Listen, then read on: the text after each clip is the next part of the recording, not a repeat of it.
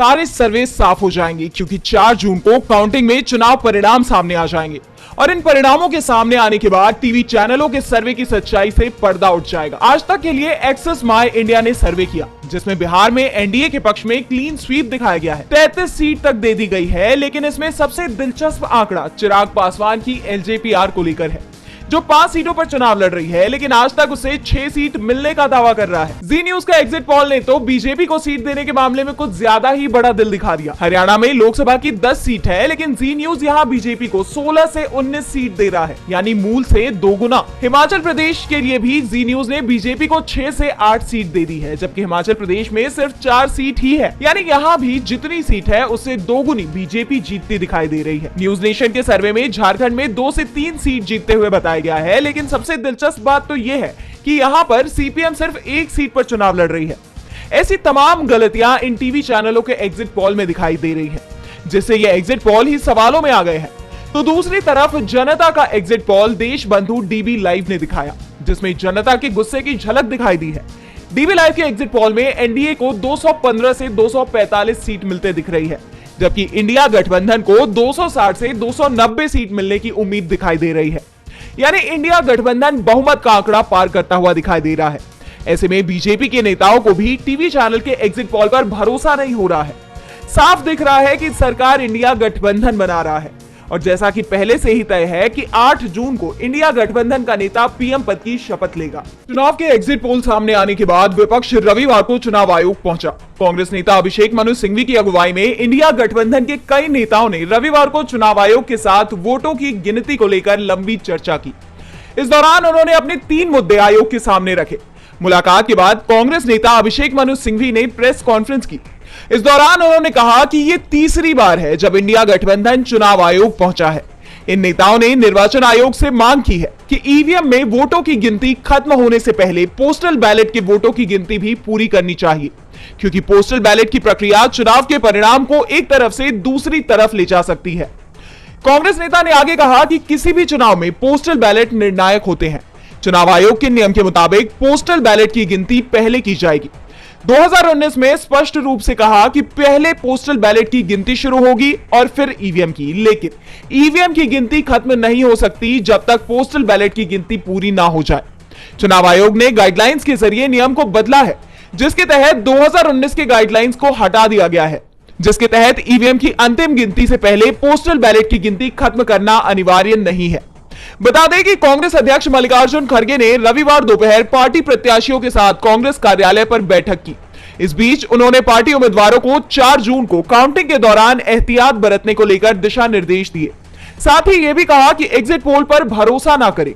वहीं खड़गे ने दावा करते हुए कहा कि इंडिया गठबंधन लोकसभा चुनाव में 295 से ज्यादा सीटें जीतेगा। रविवार को दिल्ली के सीएम अरविंद केजरीवाल ने जेल में सरेंडर कर दिया, लेकिन इससे पहले अरविंद केजरीवाल ने अपने कार्यकर्ताओं को संबोधित करते हुए कहा सुप्रीम कोर्ट का धन्यवाद और कहा मुझे कोर्ट ने 21 दिन की मोहलत दी थी। मैंने इन 21 दिनों में 1 मिनट भी बर्बाद नहीं किया। मैंने सिर्फ आपके लिए नहीं बल्कि विभिन्न पार्टियों के लिए प्रचार किया। मैं प्रचार के लिए मुंबई, हरियाणा, यूपी, झारखंड गया। आप महत्वपूर्ण नहीं है, हमारे लिए देश महत्वपूर्ण है। मैं दिल्ली की जनता से कहना चाहता हूं कि मैं दोबारा जेल जा रहा हूं, इसीलिए नहीं कि मैंने कोई घोटाला किया है, बल्कि इसलिए कि मैंने तानाशाही के खिलाफ आवाज उठाई है। पीएम मोदी ने देश के सामने ये स्वीकार कर लिया है कि उनके पास मेरे खिलाफ कोई सबूत नहीं है। 2024 लोकसभा चुनाव के एग्जिट पोल कल सामने आ गए। ये सभी एग्जिट पोल फर्जी हैं। एक एग्जिट पोल ने राजस्थान में बीजेपी को 33 सीटें दी थी, जबकि वहां केरल में 25 सीटें हैं। असली मुद्दा यह है कि उन्हें मतगणना के दिन से 3 दिन पहले फर्जी एग्जिट पोल क्यों करना पड़ा। इसके बारे में कई सिद्धांत हैं। उनमें से एक ये है कि वे मशीनों में हेरफेर करने की कोशिश कर रहे हैं। 4 तारीख को मंगलवार है और 4 जून को बजरंगबली इनका नाश करेंगे। एग्जिट पोल पर विश्वास मत कीजिए, ये आपको परेशान करने के लिए लाए जा रहे हैं। जब तक मतगणना पूरी ना हो जाए तब तक आप परिणाम का इंतजार कीजिएगा। इसके बाद केजरीवाल ने तिहाड़ में सरेंडर कर दिया। बता दें कि जेल जाने से पहले केजरीवाल ने अपने माता पिता का आशीर्वाद लिया। इसके बाद केजरीवाल ने राजघाट पहुंचकर महात्मा गांधी की समाधि पर श्रद्धांजलि अर्पित की और यहां से कनॉट प्लेस स्थित हनुमान मंदिर में दर्शन भाषण करने के लिए वो गए थे। बता दें कि कथित दिल्ली शराब नीति मामले में केजरीवाल की अंतरिम जमानत शनिवार को खत्म हो गई थी। सुप्रीम कोर्ट ने 10 मई को चुनाव प्रचार के लिए केजरीवाल को जमानत दी थी। एक तरफ जहां लोकसभा चुनाव के परिणामों को लेकर सियासत तेज है, तो वहीं सिक्किम और अरुणाचल प्रदेश के विधानसभा चुनाव के परिणाम भी सामने आ गए हैं। सिक्किम में जहां बीजेपी को करारा झटका लगा है, पार्टी अपना खाता तक नहीं खोल पाई है, तो वहीं अरुणाचल प्रदेश में बाजी उल्टी हो गई है, बीजेपी को जीत हासिल हुई है। सिक्किम में क्रांतिकारी मोर्चा ने क्लीन स्वीप कर दिया है। राज्य की 32 सीटों में से 31 पर जीत दर्ज की है, जबकि सिक्किम डेमोक्रेटिक फ्रंट एक ही सीट पर सिमट गई है। यहाँ तक कि भारत में सबसे लंबे समय तक सीएम रहने वाले एसडीएफ प्रमुख पवन चामलिंग इस बार अपनी सीट नहीं बचा पाए हैं। सिक्किम में बीजेपी को जबरदस्त झटका मिला है, तो अरुणाचल में उसे राहत मिली है। पार्टी ने अपनी सत्ता को बरकरार रखा है। पार्टी को 60 में से 46 सीटों पर जीत मिली है। दरअसल बीजेपी पहले ही 10 सीटें निर्विरोध जीत चुकी थी। यहाँ कांग्रेस को 1, नेशनल पीपल पार्टी को 5, एनसीपी को 3, पीपीए को 2 और निर्दलियों को 3 सीटें मिली हैं। 2 राज्यों की तस्वीर साफ हो जाने के बाद अब सबको इंतजार 4 जून का है, जब पूरे चुनाव के परिणाम सामने आ जाएंगे। देश की सत्ता पर कौन काबिज होगा, जनता किसे जनादेश देगी, ये साफ हो जाएगा। लोकसभा चुनाव खत्म होने के बाद कांग्रेस ने बड़ा दावा किया है, जिसके बाद से बीजेपी मुश्किल में दिखाई दे रही है। कांग्रेस ने अमित शाह के ऊपर गंभीर आरोप लगाए हैं। कांग्रेस के महासचिव जयराम रमेश ने कहा कि गृह मंत्री अमित शाह अफसरों को धमका रहे हैं। कांग्रेस नेता जयराम रमेश ने एक्स हैंडल पर पोस्ट कर लिखा, निवर्तमान गृह मंत्री आज सुबह से जिला कलेक्टर से फोन पर बात कर रहे हैं। अब तक 150 अफसरों से बात हो चुकी है। अफसरों को इस तरह से खुल्लम खुल्ला धमकाने की कोशिश निहायत ही शर्मनाक है और अस्वीकार्य है। याद रखिए कि लोकतंत्र जनादेश से चलता है, धमकियों से नहीं। जून 4 को जनादेश के अनुसार नरेंद्र मोदी, अमित शाह और बीजेपी सत्ता से बाहर होंगे एवं इंडिया गठबंधन विजयी होगा। अफसरों को किसी प्रकार के दबाव में नहीं आना चाहिए, वे संविधान की रक्षा करनी चाहिए, वो निगरानी में है। बता दें कि जयराम रमेश ने इंडिया गठबंधन की जीत का दावा करते हुए कहा कि 4 जून को जिस व्यक्ति का एग्जिट तय है, उन्होंने ये सरकारी एग्जिट पोल करवाए हैं। ये बिल्कुल झूठे और नकली हैं। इंडिया गठबंधन को 295 से ज्यादा सीटें मिलेंगी। एग्जिट पोल पूरी तरह से जनता के साथ धोखा है।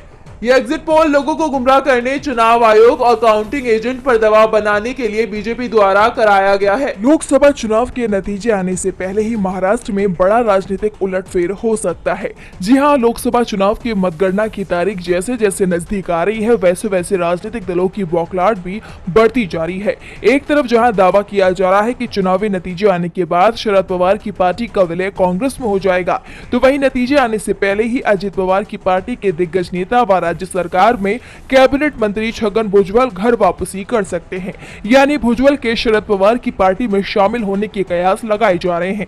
कभी भी भुजबल की पवार गुट में वापसी की खबर आ सकती है। बता दें कि भुजबल अपनी पार्टी से टिकट न मिलने के कारण नाराज हैं।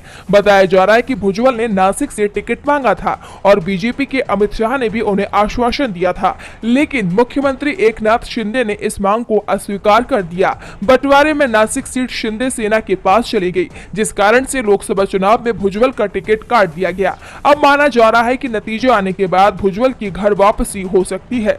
आपको बता दें कि अजित पवार की पार्टी एनसीपी के प्रदेश अध्यक्ष सुनील तटकरे ने दावा किया कि शरद पवार की पार्टी के कुछ विधायक और पदाधिकारी कांग्रेस में शामिल होना चाहते हैं। उनकी दिल्ली में कांग्रेस नेताओं से बातचीत भी हो गई है, लेकिन कांग्रेस शरद पवार को नाराज नहीं करना चाहती है, इसीलिए उन्होंने वेट एंड वॉच की पॉलिसी अपनाई हुई है।